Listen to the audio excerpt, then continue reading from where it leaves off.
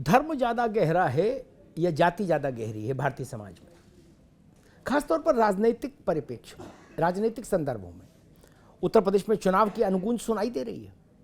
उस अनुगूंज में ये सवाल और भी मौजू हो जाता है। मुझे ऐसा लगता है कि धर्म को साधना राजनीति में सरल है।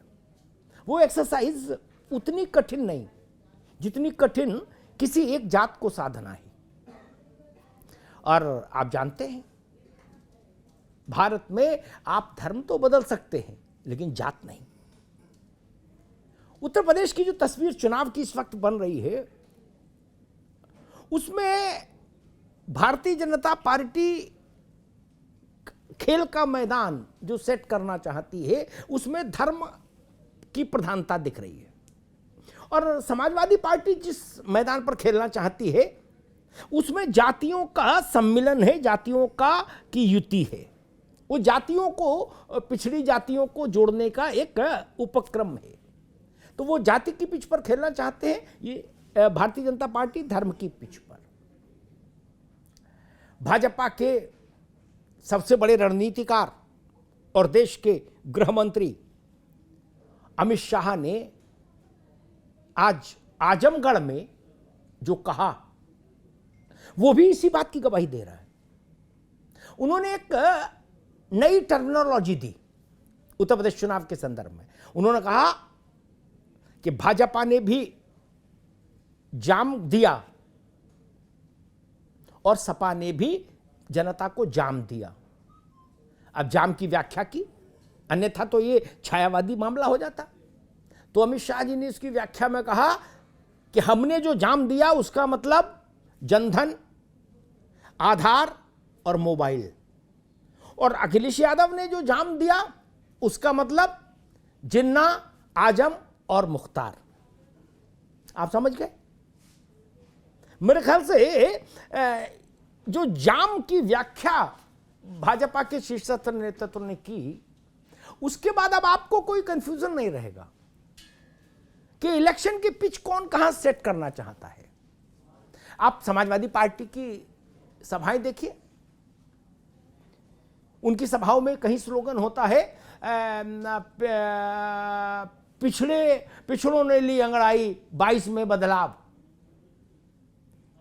कहीं कश्यप सम्मेलन है, कहीं प्रजापति सम्मेलन है, कहीं ओम प्रकाश राजभर से अलायंस है।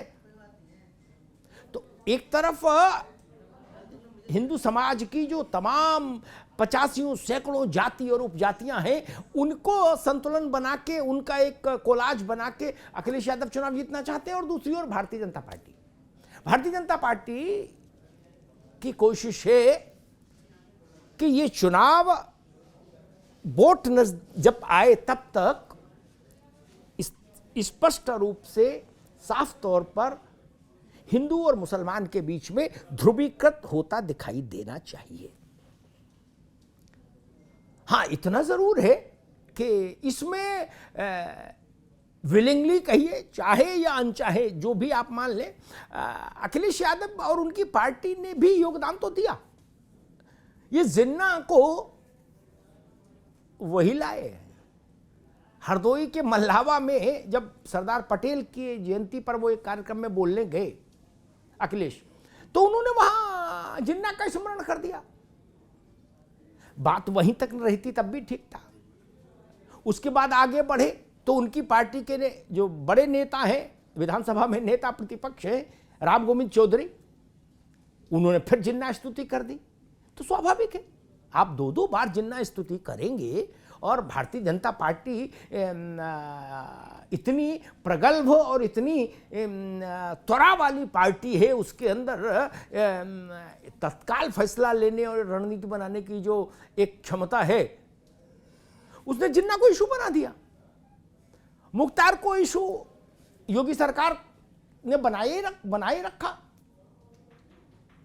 आजम को इशू बनाए रखा पश्चिम में, उनके ऊपर सबसे ज्यादा मुकदमे लगे। तो ये जाम हो गया जिन्ना, आजम और मुख्तार। तो कुल मिला के चुनाव इस धुरी पर आके टिकेगा। एक तरफ भारतीय जनता पार्टी का राष्ट्रवाद और दूसरी ओर जातियों का मसला। अब वोट किस पे होगा, इसी पर जीत हार तय हो जाएगी। किसकी पिच पर जनता को भरोसा होगा, इसी से उत्तर प्रदेश का मुस्तकबिल तय होगा। चुनाव का ऊंट किस करवट बैठेगा, इसी से तय होगा। और एक चीज और देखिए, आप इसमें कह सकते हैं कि भारतीय जनता पार्टी के ग्रह नक्षत्र अच्छे हैं, ये भी कह सकते हैं। अब आप पूछेंगे कि ऐसी बात मैंने क्यों कह दी अचानक से, मैं तो ज्योतिषी नहीं ना, ज्योतिषी नहीं हूं, लेकिन सामान्य रूप से जो दिखता है उससे एक बात समझ आती है।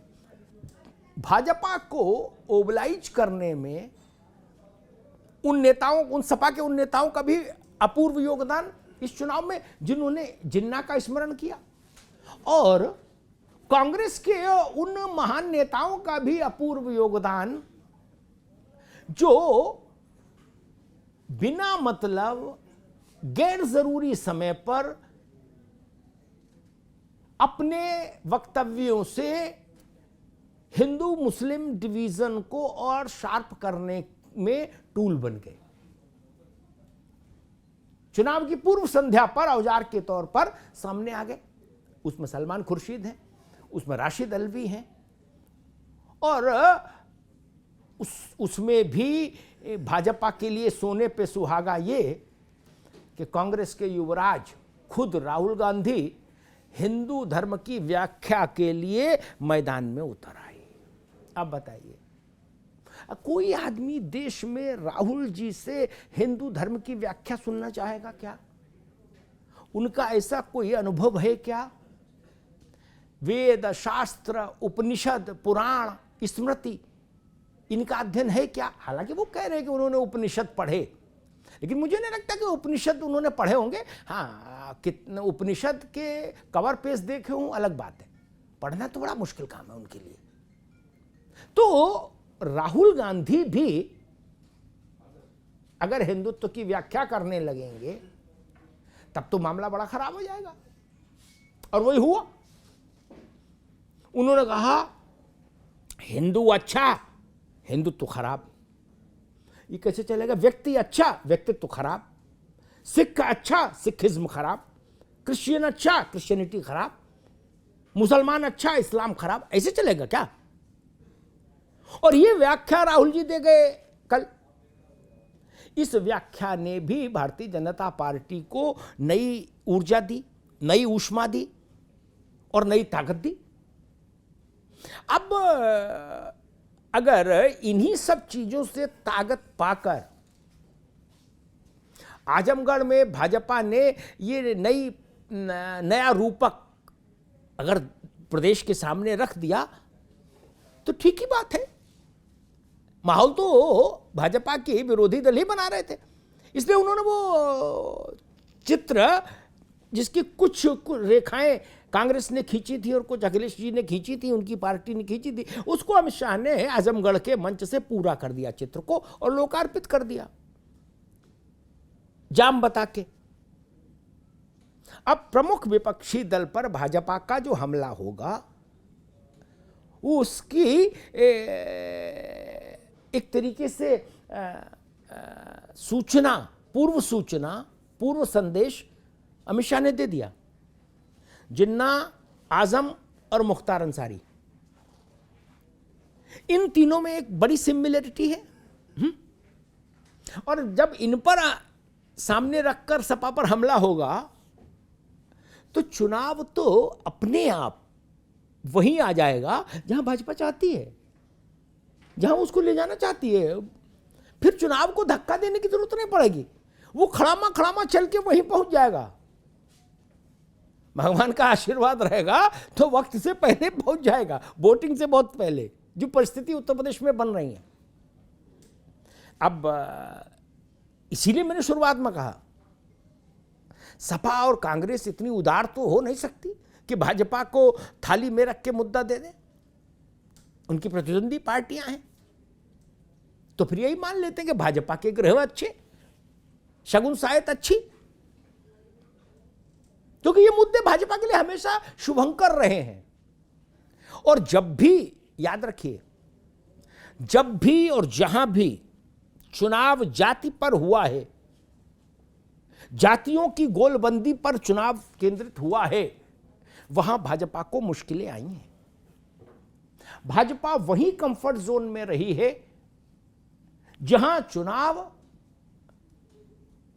हिंदू और मुसलमान की मसले पर आकर टिक गया है, राष्ट्रवाद और जिन्नावाद के मसले पर आकर टिक जाए, वहां भाजपा को आप यूं कह लीजिए मास्टरी हासिल है। आप उससे लड़ नहीं सकते, लड़ ही नहीं सकते उस पिच पर। भाजपा उस पिच पर अजय जैसी स्थिति में खुद को पाती है और मानती भी है, और आंकड़े भी उसकी गवाही देते हैं। इसलिए उत्तर प्रदेश में अगर हम भय, भूख, गरीबी और इस तरह के जो तमाम मुद्दे हैं, स्वास्थ्य का बुनियादी ढांचा, शिक्षा का बुनियादी ढांचा, सरकारी भर्तियों में का अटका लटका भटका हुआ स्वरूप, वो सब चुनाव का मुद्दा नहीं बन रहे। शिक्षा मित्रों का क्या हो, उनके जीवन में खुशहाली कैसे आए, उनका परिवार जीवन यापन कैसे करे, उनके बच्चे कैसे पढ़ पाएंगे, ये मुद्दा नहीं बन रहा। 1,72,000 परिवार हैं। 4 साल 5 साल पहले दरोगा की भर्ती में जो नौजवान पास हो गए, ट्रेनिंग कर आए, वो भटक रहे सड़कों पर, वो मुद्दा नहीं बन रहा। बीपीएड, बीएड, बीटीसी और अनुदेशक, तमाम तरीके की भर्तियों के लोग, सहायक कोषागार वाली भर्ती के लोग, हजारों लाखों नौजवान भटक रहे। 69,000 भर्ती का मसला अभी तक अनशन में तब्दील है, वो मुद्दे नहीं बन रहे। हर गांव में स्वास्थ्य सुविधा पहुंची कि नहीं पहुंची कोविड के बाद, ये मुद्दा नहीं बन रहा। और जहां अस्पताल खुल गए हैं, सरकारी प्राथमिक स्वास्थ्य केंद्र और अस्पताल खुल गए, वहां डॉक्टर और नर्स हैं कि नहीं है, और हैं कागज पर तो समय से आते जाते हैं कि नहीं, ये मुद्दा नहीं बन रहा। मुद्दा क्या बन रहा? हिंदुत्व।